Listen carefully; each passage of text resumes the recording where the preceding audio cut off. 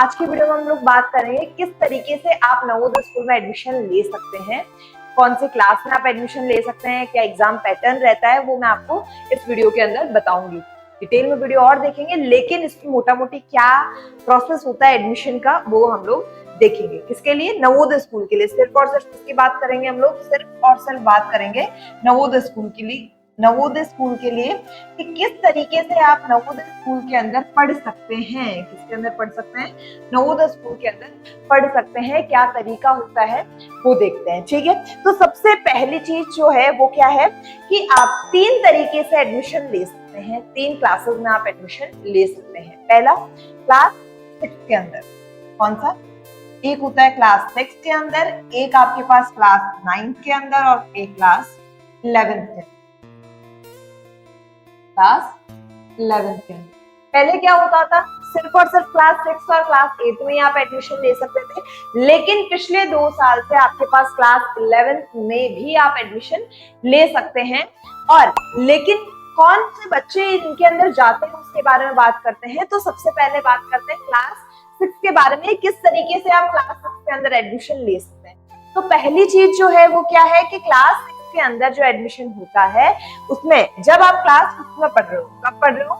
Class 5 के अंदर पढ़ रहे हो, और उस टाइम में क्लास 5 में आप क्या कर रहे हो? रनिंग हो, मतलब आप पढ़ रहे हो। और उस क्लास के अंदर आपके पास एक फॉर्म भरा जाता है जिसको JNVST बोलते हैं। इसका फॉर्म भरा जाता है JNVST, जिसे हम बोलते हैं जवाहर नवोदय विद्यालय सिलेक्शन टेस्ट। क्या बोलेंगे? जवाहर नवोदय विद्यालय सिलेक्शन टेस्ट बोलेंगे। और इस टेस्ट को देके अगर आपका इस टेस्ट में आपने फॉर्म लगाया, आपने पेपर दिया और आपका सिलेक्शन हो जाता है तो आप एडमिशन ले सकते हैं। क्लास 6 से लेके क्लास 12 तक क्या 7 साल आपको पूरे नवोदय में पढ़ने को मिलेंगे। और आपके फायदे क्या होते हैं नवोदय में पढ़ने के? सबसे पहली चीज जो आपके पास फायदा होता है वो ये होता है कि सारी चीजें बिल्कुल फ्री है, कोई चार्जेस आपको नहीं देना होता। ठीक है, अब देखिए, अब आप बोलोगे कि मैम क्या क्लास 6 में जब हम एडमिशन ले रहे हैं तो उसमें कितने बच्चों का सिलेक्शन होता है, कितने बच्चे क्लास 6 में एडमिशन ले सकते हैं? क्या फॉर्म सब लोग जो भी फॉर्म भरते हैं उन सभी का एडमिशन होता है या फिर कुछ बच्चों का ही होता है? तो पहली चीज तो ये है कि क्लास 6 के अंदर फ्रेश एडमिशन होते हैं। क्या होते हैं? फ्रेश एडमिशन होते हैं, जो कि 80 स्टूडेंट्स के होते हैं। कितने? 80 सीट्स आपके पास होती है, चाहे वो कोई सी भी नवोदय स्कूल हो, किसी भी जगह हो इंडिया के अंदर, कोई सी भी नवोदय स्कूल हो। आपके पास कितने बच्चों का एडमिशन होना है क्लास 6 में? हर साल 80 बच्चों का एडमिशन होना है, और ये 80 बच्चे ही सालाना फॉरवर्ड होते जाते हैं और क्लास 12 तक जाते जाते कंप्लीट हो जाते हैं। ठीक है, तो यहाँ पे क्लास 6 में अगर आपका एडमिशन हुआ है तो क्लास 6 से लेकर क्लास 12 तक आप कहाँ पढ़ेंगे? नवोदय स्कूल के अंदर पढ़ेंगे। अब बात करें कि आपने क्लास 6 से, आपको पता नहीं था नवोदय के बारे में और आपने एग्जाम नहीं दिया नवोदय का क्लास 6 के अंदर, तब आपके पास ऑप्शन होता है क्लास 9 या क्लास 11 के अंदर। अब देखिए, फायदा तो तभी होता है जब आप क्लास 6 के अंदर एडमिशन लेते हैं। क्यों? क्योंकि वहां पे आपके पास सीट्स बहुत ज्यादा होती है और सिलेक्शन के जो चांसेस है वो ज्यादा होते हैं। अगर आप थोड़ी भी अच्छे से तैयारी कर लेते हैं तो आपके जो सिलेक्शन के जो चांसेस है वो बढ़ जाते हैं। ठीक है, अब देखिए क्लास 9 में क्या होता है, ये 80 बच्चों का एडमिशन हुआ क्लास 6 के अंदर। क्या हुआ? 80 बच्चों का एडमिशन हुआ क्लास 6 के अंदर। अब कुछ बच्चे ऐसे हैं जिनका सिलेक्शन सैनिक स्कूल या मिलिट्री स्कूल में हो गया, या फिर ऐसा है कि बच्चों के जो गार्जियंस है उनके बहुत ज्यादा लाडले हैं, बच्चे बहुत ज्यादा लाडले हैं घर वालों के, कि वो अपने बच्चे को दूर नहीं छोड़ सकते। क्योंकि देखो, नवोदय स्कूल एक रेजिडेंशियल स्कूल है। अगर आपका सिलेक्शन होता है तो आपको वहीं रहना है, वहीं खाना है, वहीं पीना है, सारे काम आपको स्कूल के अंदर ही करना है। ऐसा नहीं होता है जिस तरीके से हमारी नॉर्मल स्कूल्स होती है जहाँ पे हम सुबह स्कूल जाते हैं और शाम को वापस आ जाते हैं, ऐसा नवोदय में अवेलेबल नहीं होता है। वहां पे कंप्लीटली रेजिडेंशियल स्कूल है, आपको वहीं रहना पड़ता है, वहीं सारे काम आपको करने पड़ते हैं।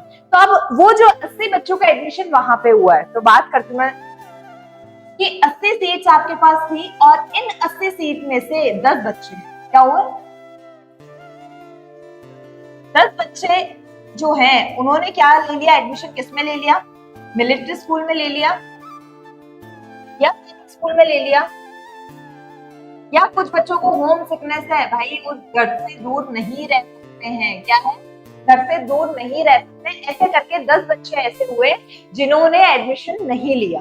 अब जिन 10 बच्चों ने एडमिशन नहीं लिया है, उन 10 बच्चों के लिए एक नया एग्जाम होता है। क्या होता है? नया एग्जाम होता है कि जैसे उन बच्चों ने क्लास 6 में एडमिशन लिया था, क्लास 6 से वो छोड़ दिया उन्होंने, क्लास 6 में उन्होंने पढ़ाई की नहीं, मतलब 10 बच्चे आउट हो गए, एडमिशन आउट, उन्होंने रखा नहीं। तो उन 10 बच्चों के लिए आपके पास ये क्या होगी, 10 सीट वेकेंट होंगी। क्या होगा, 10 बच्चों ने अगर एडमिशन नहीं लिया है तो 10 सीटें वेकेंट होगी, और इन्हीं वेकेंट सीटों के लिए आपके पास क्लास 9 के अंदर एडमिशन होगा। क्या होगा? क्लास 9 में एडमिशन होगा। इसका मतलब क्या है, यहाँ पे आपके पास एक एग्जाम लगेगा। कौन सी क्लास में? क्लास 8 में। कौन सी क्लास में एडमिशन होगा? आपके पास 9th में होगा। एग्जाम कब लगेगा? क्लास 8 के अंदर लगेगा। और उस एग्जाम को क्या बोलते हैं आप? LEST। क्या बोलते हैं? LEST, जिसे हम बोलेंगे लेटरल एंट्री सिलेक्शन टेस्ट। इसके अंदर आपके पास सिर्फ जिन बच्चों ने स्कूल छोड़ा है, जिन बच्चों ने दूसरे स्कूल में एडमिशन लिया है वो, या फिर जिन बच्चों का मन नहीं लगा है। अभी हमने देखा कि 10 बच्चों ने एडमिशन नहीं लिया है, तो उन 10 बच्चों के लिए क्या होगा? एग्जाम लगेगा, समिति पूरा एग्जाम कंडक्ट करवाएगी। और जो LEST है, लेटरल एंट्री सिलेक्शन टेस्ट, मतलब आपके पास पूरे कंप्लीटली नहीं होके क्या होंगे, जिन बच्चों ने छोड़ा है स्कूल उनके लिए एडमिशन होता है कब? क्लास 9 के अंदर। तो 10 बच्चों ने क्या किया? स्कूल छोड़ दिया। तो उन 10 बच्चों के लिए आपके पास कंप्लीट क्लास 8 में एग्जाम होगा, और एग्जाम में से उन बच्चों को क्या कर लिया जाएगा? एडमिशन ले लिया जाएगा। किसमें? क्लास 9 के अंदर। ठीक है। और सेम प्रोसेस होता है क्लास 11 के अंदर, जहां पे आपके पास क्लास 10th में जब आप होते हैं तो आपके पास एग्जाम लगता है, और सेम LEST लगता है, लेटरल एंट्री सिलेक्शन टेस्ट। यहाँ पे 6th क्लास के अंदर फ्रेश एडमिशंस होते हैं 80, और यहाँ पे क्या होता है? सिर्फ और सिर्फ वेकेंट सीट्स पे एडमिशन होते हैं। अगर एक सीट खाली है तो एक ही एडमिशन होगा, अगर 2 सीट खाली है तो 2 ही एडमिशन आपके पास होंगे, 2 से ज्यादा नहीं होंगे। अब इसमें एक और चीज होती है, जो क्या होता है, देखो, जो 10 वेकेंट सीट है वो क्लास 8 के अंदर एडमिशन होना है। तो इसमें क्या होता है, जिस बच्चे ने स्कूल छोड़ा है, क्या जैसे आपके पास अलग अलग कैटेगरी होती है, एक जैसे जनरल हो गया, एक आपके पास OBC हो गया, फिर आपके पास क्या है, SC हो गया, ST हो गया, ये अलग कैटेगरी के बच्चे हैं। ठीक है, पहली चीज। दूसरा, आपके पास कोई बच्चा हो सकता है सिटी से बिलोंग कर रहा है, या फिर कोई बच्चा हो सकता है रूरल से बिलोंग कर रहा है। और तीसरा आपके पास क्या है, मेजर पॉइंट, जो कि है बॉय या फिर गर्ल। अब देखो, इन 10 बच्चों में से क्या है, इन 10 बच्चों में से 7 तो क्या है, गर्ल्स है। क्या है? गर्ल्स है जिन्होंने स्कूल छोड़ा है, और 3 बच्चे वो हैं जो बॉयज हैं। अब क्या होगा, जब एडमिशन होगा वैकेंट सीट्स के लिए, तो वहां पे क्या देखा जाएगा, उस बच्चे की, जैसे 7 लड़कियां हैं तो उनकी कैटेगरी देखी जाएगी, कौन सी कैटेगरी की है, फिर वो रूरल है या अर्बन है। सेम आपके पास बॉयज के लिए देखा जाएगा।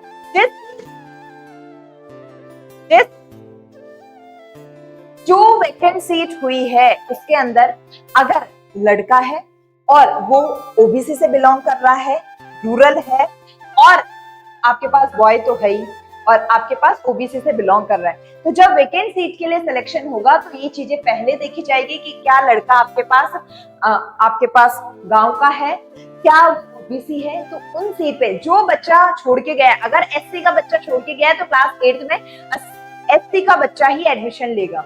अगर जो है वो लड़की है, वो OBC की है या जनरल की है, तो जो एडमिशन होगा 8 में वो भी OBC और जनरल होगा। ऐसा नहीं है रैंडम कोई भी एडमिशन वहां पे आ सकता है, तो ये आपको पॉइंट ध्यान रखना है। तो पहली चीज, 3 तरीके से आप एडमिशन ले सकते हैं नवोदय स्कूल में। सबसे पहला क्लास 6 के अंदर, जहां पे आप क्लास 6 से लेके 12th के अंदर पढ़ाई करेंगे, सेम क्लास। फिर आप उसके अंदर आप कौन सा एग्जाम देते हैं, JNVST का एग्जाम देते हैं। फिर होता है LEST और LEST। यहाँ पे फ्रेश सीट्स होती है 80, यहाँ पे वैकेंट के लिए एडमिशन होता है, और सेम यहाँ पे भी वैकेंट के लिए एडमिशन होता है। ठीक है, अब देखिए, क्लास अगर JNVST आपने दिया है, जवाहर नवोदय विद्यालय सिलेक्शन टेस्ट आपने दिया है, जो कि क्लास 6 के लिए होता है, तो आपके पास स्कूल में आप 6 से लेके 12th तक पढ़ाई करेंगे, और यहाँ पे आपके क्या होता है, 7 साल आप पढ़ाई करेंगे। कितने साल पढ़ाई करेंगे? 7 साल पढ़ाई करेंगे। अगर आपके पास LEST आपने दिया है, वैकेंट सीट्स के लिए दिया है, तो इसके अंदर आप 9th से 12th तक पढ़ाई करेंगे। मीन्स क्या है? 2 साल आप पढ़ाई करेंगे। और सेम आपके पास LEST आपने दिया है और 10th क्लास में दिया है, तो आपके पास 11th और 12th आप पढ़ाई करेंगे। 11th and 12th। और यहाँ पे आप 4 साल पढ़ाई करेंगे और यहाँ पे 2 साल आप पढ़ाई करेंगे। ठीक है, तो ये आपके पास क्लास 5th में लगता है, ये क्लास आपके पास 8th में लगता है और ये आपके पास 10th में लगता है। 3 तरीके से आप एडमिशन ले सकते हैं। ठीक है, अब मैं आपको बताती हूँ कि क्या एग्जाम पैटर्न रहता है और क्या क्राइटेरिया वो देखते हैं सिलेक्शन के लिए। ठीक है, सिर्फ आपको एग्जाम पैटर्न देखना है। अगर क्लास 5th में आप हैं तो आपको क्लास 5th का एग्जाम पैटर्न क्या है वो देखना है, क्या क्या सब्जेक्ट आपके पास आते हैं। अगर क्लास 8th में है तो आपके पास क्या पैटर्न है वो देखना है, और क्लास 10th में है तो क्या पैटर्न रहेगा वो देखना है। ठीक है, अब देखिए, सबसे पहली चीज जो कुछ ही टाइम पहले आपके पास 2-3 साल पहले ही एक नया रूल लागू किया था नवोदय समिति ने। क्या रूल लागू किया था कि आपको हर एक सब्जेक्ट में पास होना कंपल्सरी है। क्या है? सेक्शनल पास। ये सबके लिए लागू होता है, चाहे आप 5th क्लास में हो, चाहे आप 8th क्लास में हो, चाहे आप 10th क्लास में हो। मतलब तीनों एग्जाम में, कोई से भी एग्जाम में आप दो, आपको सेक्शनल पास होना जरूरी है। अगर आप सेक्शनल पास नहीं होते हैं तो पहले ही आप आउट है सिलेक्शन से। क्या है? आपके पास क्वालिफाइंग मार्क्स आना जरूरी है, चाहे वो क्लास 5th हो, क्लास 8th हो, क्लास 10th हो। ऐसा नहीं है आपने एक सब्जेक्ट में तो आपके 0 मार्क्स आए हैं, दूसरे में पूरे आए हैं, तो आपका सिलेक्शन हो जाएगा। आपको मिनिमम 40% का क्राइटेरिया कंप्लीट करना है। कितना? 40%। चाहे वो आपके पास क्लास 6th हो, क्लास 9th हो या फिर क्लास 11th के एंट्रेंस एग्जाम आपको एडमिशन लेना है। ठीक है, अब देखिए, अब मैं आपको सबसे पहले बात करती हूँ किसके लिए, एग्जाम पैटर्न की बात करूंगी मैं। इसके लिए एग्जाम पैटर्न,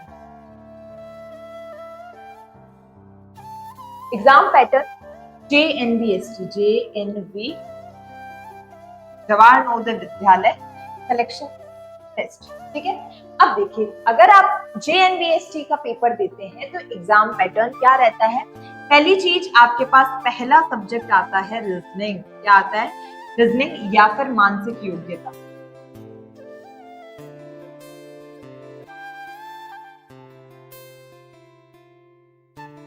सेकंड आता है आपके पास मैथ्स, जिसे आप बोलते हैं गणित। और तीसरा आपके पास आता है लैंग्वेज, भाषा। या आपके पास इंग्लिश और हिंदी दोनों ही हो सकते हैं। ठीक है, इंग्लिश और हिंदी दोनों में से एक आपके पास। ठीक है, अब देखिए, रीजनिंग के मानसिक योग्यता के 40 क्वेश्चन आते हैं, गणित के 20 क्वेश्चन आते हैं और लैंग्वेज के भी आपके पास 20 क्वेश्चन आते हैं। ठीक है, और हर एक जो क्वेश्चन होगा वो 1.25 मार्क्स का होगा। मतलब रीजनिंग जो होगी वो आपके पास 50 मार्क्स की होगी, मैथ्स जो होगी वो 50 मार्क्स की होगी, और लैंग्वेज वाला पार्ट भी 25 मार्क्स का होगा। 25-25, मैथ्स भी 25 और ये भी 25। टोटल आपके पास 100 मार्क्स का पेपर होता है। कितने मार्क्स का पेपर होता है? 100 मार्क्स का पेपर होता है। 100 नंबर का आपके पास पेपर होगा क्लास 6 के एंट्रेंस एग्जाम के लिए, और वहां पे आपके पास 3 सब्जेक्ट पूछे जाएंगे। सबसे पहला सब्जेक्ट रीजनिंग मानसिक योग्यता, जिसके अंदर आपके पास 40 क्वेश्चन आएंगे और 50 नंबर का होगा। फिर आपके पास मैथ गणित 20 क्वेश्चन आएंगे, 25 मार्क्स का होगा। और देन आता है लैंग्वेज भाषा, जिसके 20 क्वेश्चन होंगे। अब लैंग्वेज में क्या है, या तो हिंदी होगा या इंग्लिश होगा। उसके 20 क्वेश्चन आएंगे 25 मार्क्स के, ऐसे करके 100 मार्क्स का आपके पास पेपर होगा। ठीक है, अब देखिए, यहाँ पे एक चीज बताती हूँ मैं आपको। क्या बताना है आपको, ये देखिए, समझो। मैंने अभी बोला कि लैंग्वेज इंग्लिश भी हो सकती है, हिंदी भी हो सकती है। वो किस पे डिपेंड करता है? आपके एग्जाम के मीडियम पे। इस पे डिपेंड करता है एग्जाम में मीडियम क्या चूज किया। देखो, जब फॉर्म फिल होता है, क्या फॉर्म फिल होता है तो आपसे चॉइस पूछी जाती है कि आप इंग्लिश में पेपर देंगे या हिंदी में पेपर देंगे। क्या इंग्लिश में पेपर देंगे या हिंदी में पेपर देंगे?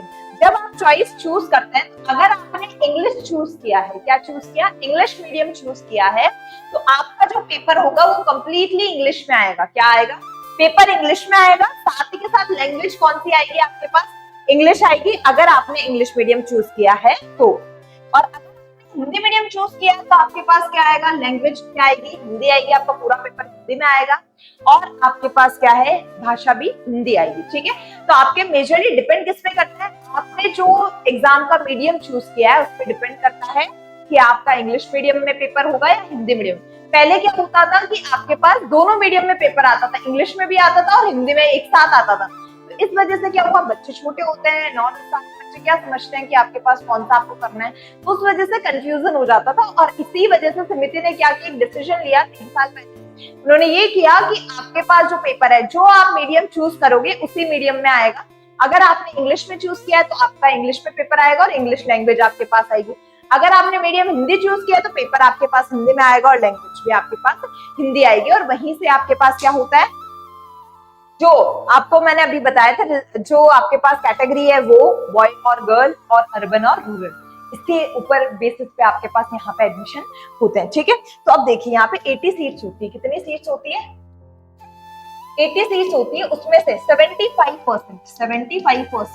और 25%, 75% जो सीट्स होती है वो किसके लिए होती है, रूरल के लिए होती है, गांव वालों के लिए होती है, और 25% जो होती है वो अर्बन वालों के लिए, मतलब जो सिटी से बिलोंग कर रहे हैं, जिनके स्कूल सिटी में। देखो अर्बन और रूरल का मतलब क्या है, आपकी जो स्कूल है क्या किस पे डिपेंड करता है, स्कूल पे। ऐसा नहीं है आप गांव के हो तो आप रूरल में आ रहे हो, नहीं, आपकी जो स्कूल है उस पे डिपेंड करेगा। अगर आपकी स्कूल गांव में आ रही है तो 75% आपके पास सीट्स होती है गांव वालों के लिए और 25% होती है सिटी वालों के लिए। ठीक है, अब देखिए 75% अगर कैलकुलेट करते हैं तो कितना आएगा आपके पास, लमसम 60 सीट्स आ जाएगी, 18 to 3/4 60 सीट्स, कितनी 60 सीट्स होंगी जो किसके लिए होंगी, गांव वालों के लिए होंगी, और 20 सीट्स होंगी जो किसके लिए होंगी, शहर वालों के लिए होंगी। ठीक है, तो ये किसमें स्कूल होनी चाहिए आपके, ऐसा नहीं आप गांव से हो तो आप रूरल में आओगे, ऐसा बिल्कुल भी नहीं है।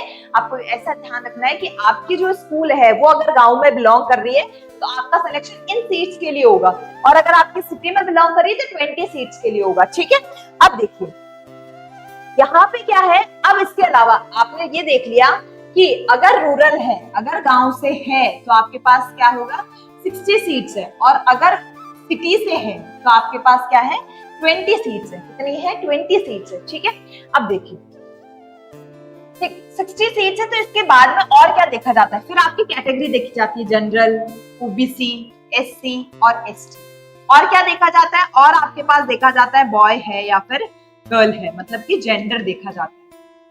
दोनों में ऐसा होता है, क्या है, दोनों में ही ऐसा होता है कि आपके पास देखा जाएगा आपकी कैटेगरी कौन सी है, और हर एक कैटेगरी के लिए स्पेसिफिक सीट्स वगैरह होती है। ठीक है, अब देखिए, अब आपने बोला कि मैम क्या 5th क्लास के बच्चे ही दे सकते हैं, 6th क्लास के बच्चे या 4th क्लास के नहीं दे सकते हैं इस एग्जाम को, तो मैं आप सभी को बताना चाहूंगी कि जो नवोदय समिति है वो क्या करती है, वो सिंपल आपके पास क्या है, बोलती है कि जो भी बच्चा 3rd पढ़ चुका है, 4th पढ़ चुका है और 5th में रनिंग है, वो बच्चा एडमिशन के लिए एलिजिबल है। ऐसा नहीं 6th क्लास वाला नहीं दे सकता है, 7th क्लास वाला नहीं दे सकता है, 4th वाला नहीं दे सकता है, तीनों साल कंटिन्यू पढ़ा होना चाहिए। अब पता चले कि एक बच्चा है जिसने 3rd क्लास तो पढ़ी लेकिन 4th क्लास नहीं पढ़ी और 5th में वो आया है, तो वो एग्जाम नवोदय का नहीं दे सकता है। क्यों? क्योंकि उसने 4th क्लास नहीं पढ़ी।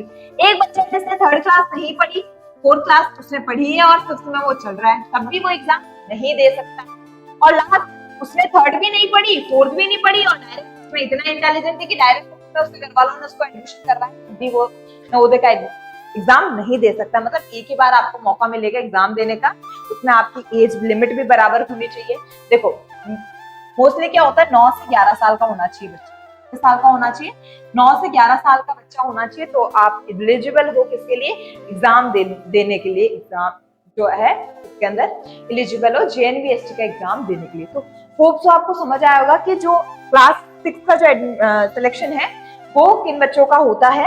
अब मैं बात करती हूँ क्लास 8 के लिए और क्लास 11th के लिए। ठीक है, जो क्लास 9 का एंट्रेंस एग्जाम होता है, क्या क्लास 9 का एग्जाम होता है जिसको LEST बोलते हैं, लेटरल एंट्री सिलेक्शन टेस्ट। और ये किसके लिए होता है? वैकेंट सीट के लिए होता है। किसके लिए? जो खाली सीट्स हैं उनके लिए होता है। जिन बच्चों ने 6th क्लास में स्कूल छोड़ा है, 7th क्लास में स्कूल छोड़ा और 8th क्लास में स्कूल छोड़ा है, उन बच्चों के लिए होता है LEST, lateral entry selection test, जिसके अंदर आपका एडमिशन 9th क्लास में होगा और 9th से 12th तक आप नवोदय स्कूल में पढ़ाई करेंगे। ठीक है, अब देखिए इसका एग्जाम पैटर्न क्या है। पहली चीज आपके पास आती है हिंदी।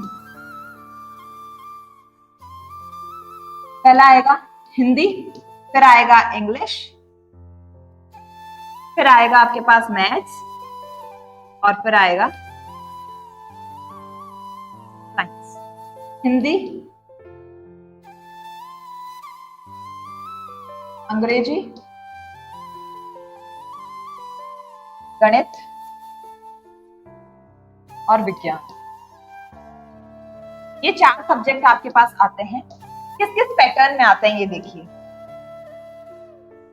हिंदी के 15 क्वेश्चन आएंगे, इंग्लिश के भी 15 क्वेश्चन आएंगे, मैथ के 35 क्वेश्चन आएंगे और ये भी 35 क्वेश्चन आएंगे। अब देखिए क्लास 8 का जो क्लास 8 में जो एग्जाम होता है आपके पास नवोदय का LEST क्लास 9 के लिए, उसके अंदर स्पेसिफिक है। क्या है? स्पेसिफिक क्वेश्चंस आपके पास है 15 क्वेश्चन, 15 क्वेश्चन, 35 और 35। ये 15 मार्क्स के आएंगे, ये भी 15 मार्क्स के आएंगे, ये आपके पास 35 मार्क्स के आएंगे और ये भी आपके पास 35 मार्क्स के आएंगे। इसमें जो पेपर आता है वो बायलिंगुअल आता है। क्या आता है? बायलिंगुअल, मतलब आपका पेपर इंग्लिश में भी होगा प्लस हिंदी में, दोनों में होगा। एक तरफ इंग्लिश, एक तरफ हिंदी, दोनों लैंग्वेजेस में पेपर आता है। अगर आप हिंदी मीडियम चूज करेंगे तो भी कोई फर्क नहीं पड़ेगा, इंग्लिश मीडियम चूज करेंगे तो भी फर्क नहीं पड़ेगा। फर्क इतना पड़ेगा कि जो बच्चे हिंदी मीडियम में पढ़ रहे हैं उनको हिंदी मीडियम में चूज करना है, क्योंकि पेपर तो दोनों लैंग्वेज में आता है। अगर आपको हिंदी में समझ नहीं आता तो इंग्लिश पढ़ के उसको समझ सकते हो क्वेश्चन को, तो इसमें तो वैसे भी चिंता नहीं होती है, आप दोनों ही लैंग्वेजेस में पेपर आता है, इसलिए दिक्कत नहीं आती है। अब देखो इसके अंदर ट्विस्ट की क्या बात है कि आपका जो सिलेक्शन होगा वैकेंट सीट के लिए, वो देखो अगर एक सीट भी है ना नवोदय में तो आपके पास टेस्ट होगा। ऐसा नहीं है एक सीट के लिए टेस्ट नहीं, ठीक है। तो इसमें ट्विस्ट ये है कि 85 मार्क्स,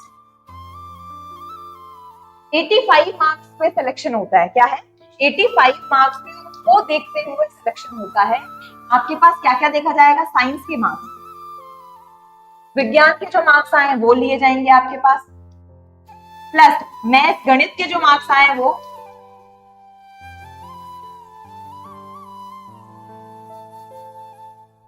प्लस इंग्लिश और हिंदी के टॉप मार्क्स, इंग्लिश और हिंदी, अंग्रेजी और जो हिंदी है उसके टॉप मार्क्स जिसके आए हैं। जैसे आपके पास साइंस में 34 नंबर आए, मैथ में 35 नंबर आए और हिंदी में 10 नंबर आए और इंग्लिश में 15 नंबर आए, तो आपके पास क्या होगा? आपके पास ये वाले मार्क्स काउंट किए जाएंगे। इन दोनों में से हाईएस्ट मार्क्स जिसका आया है वो आपके पास काउंट किए जाएंगे और उसके बेसिस पे आपके पास क्या होगा? सिलेक्शन होगा। देखो मैं सभी बच्चों को बोलूंगी, अगर आपके छोटे बहन भाई है तो आप प्लीज उनको क्लास 6 के एंट्रेंस एग्जाम की तैयारी कराओ, जहां पे 80 सीट्स है, क्योंकि देखो 653 स्कूल्स हैं और 80 सीट हर एक स्कूल के लिए होती है, आपके डिस्ट्रिक्ट के हिसाब से स्कूल होती है। अब अगर आपने क्लास 8 में तैयारी कराई बच्चे को, 6 में करवाई नहीं, 8 में 1-2 सीट है, तो इस बार ऐसा है कि कुछ स्कूल्स में सीट्स नहीं है तो भी एग्जाम हुआ है। क्या है? क्योंकि सीमिति को करवाना जरूरी है, ठीक है।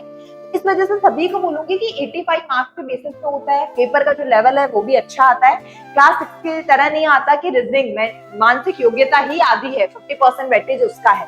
तो आप सभी के छोटे बहन भाई है उनको उसके लिए तैयारी कराओ चीज पे, ये ना करवा के, ठीक है। तो 85 मार्क्स के बेसिस पे होगा, ठीक है। फिर आता है क्लास 11। क्लास 11 के लिए जो टेस्ट होता है LEST ही होता है। और यहाँ पे क्या होता है? अलग अलग स्ट्रीम्स है, जैसे एक साइंस स्ट्रीम है आपके पास, आर्ट्स है और आपके पास कॉमर्स है। तो हर एक के बेस कौन सी स्ट्रीम आपको लेनी है, क्या कौन सा सब्जेक्ट आपको लेना है, आपको मैथ्स लेना है, आपको जो कॉमर्स है वो लेना है, आर्ट्स लेना है, ह्यूमैनिटीज, वोकेशनल, बहुत सारे जो सब्जेक्ट्स हैं उनके बेसिस पे होता है। तो इसमें क्या होता है? 5 सब्जेक्ट आते हैं पहली चीज तो एग्जाम में। 5 सब्जेक्ट कौन कौन से आते हैं? देखो एक आपके पास आता है इंग्लिश, अंग्रेजी,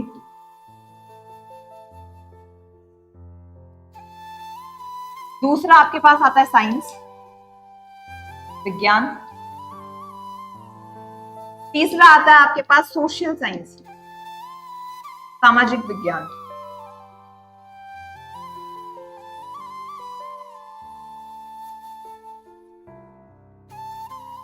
चौथा आपके पास आएगा मैथ्स और पांचवा आएगा रीजनिंग।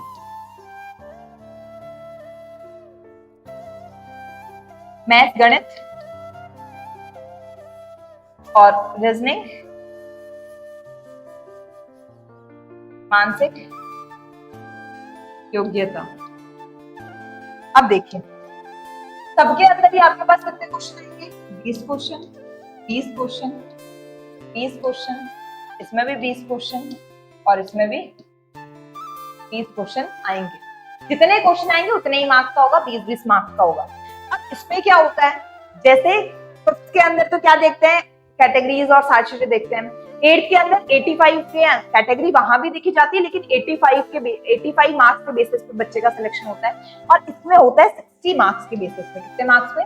60 मार्क्स के बेसिस पे होता है कि हर एक स्ट्रीम के हिसाब से पेपर होता है। क्या? जैसे आपको कॉमर्स लेनी है तो कुछ अलग सब्जेक्ट्स में आपके उसमें मार्क्स कौन सा सब्जेक्ट के मार्क्स कैलकुलेट होंगे उसके हिसाब से तैयारी करनी है। साइंस के लिए अलग सब्जेक्ट के लिए, तो ऐसे अलग अलग सब्जेक्ट के बेसिस पे और 60 मार्क्स का वो देखते हैं और उसके हिसाब से आपको तैयारी करनी होती है आपके क्लास 11th के जो एंट्रेंस एग्जाम होता है नवोदय का, उसके लिए। ठीक है, अब देखिए तो आपको समझ आया होगा क्लास 6 के लिए आपको क्या नीड्स है, क्लास 8 के लिए क्या नीड्स है और क्लास 11th के लिए क्या नीड्स है। और हर एक में सेक्शनल पास होना जरूरी है। अगर आप सेक्शन वाइज पास नहीं है तो वैसे भी आपका सिलेक्शन नहीं होगा।